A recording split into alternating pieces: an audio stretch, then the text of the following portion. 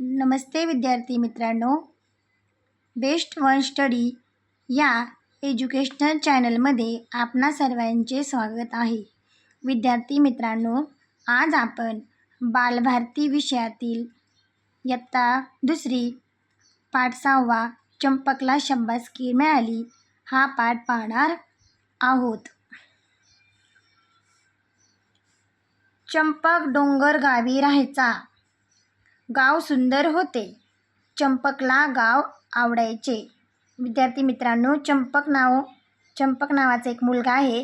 तो डोंगर गावी राहायचा। त्याचं गावाचं नाव होतं डोंगरगाव। गाव सुंदर होते आणि ते गाव चंपकला आवडायचे। चंपकचे सुरेश मामा शहरात राहायचे। हा जो चंपक आहे त्या चंपकला एक मामा होते। त्या मामाचं नाव होतं सुरेश मामा। ते शहरामध्ये राहायचे। तो मामाकडे शहरात शिकायला गेला। मग एक दिवस चंपक आहे तो मामाकडे शाळेत शिकण्यासाठी शहरात गेला। चंपक शिकून मोठा झाला। चंपक तिथे शाळा शिकला आणि तो मोठा झाला। चंपकला काम करायला आवडायचं। चंपकने नगरपालिकेची परवानगी मिळवली। मग चंपकला काम करायला आवडायचं म्हणून त्याने काय केलं, नगरपालिका जी असते तिथे परवानगी घेतली आणि मामांनी पण त्याला मदत केली। चंपकने हिरा बागेजवळ केळीची गाडी उभी केली। मग चंपकने काय केलं, नगरपालिकेची परवानगी घेतली, त्याला मामाने पण मदत केली आणि मग त्याने काय केलं, हिरा बागेजवळ त्याची एक केळीची गाडी उभी केली। पिवळी धम्मक गोड केळी लोकांना आवडू लागली। मग त्याची जी केळी होती ती केळी लोकांना आवडू लागली। एके दिवशी एका मुलाने केळी घेतली। एक दिवस काय झालं विद्यार्थी मित्रांनो, त्याच्या गाड्यावरती एक मुलगा आला आणि त्या मुलाने केळी घेतली। त्यातील एक केळे खाऊन साल सडकेवर टाकली। मग त्या मुलाने काय केलं, केळ खाल्लं आणि त्या केळाची राहिलेली साल सडकेवरती टाकली। मागून आलेले आजोबा सालीवरून घसरले आणि मग त्यांनी साल रस्त्याला टाकल्यामुळे काय झालं, एक आजोबा आले होते, त्या आजोबा सालीवरून घसरले।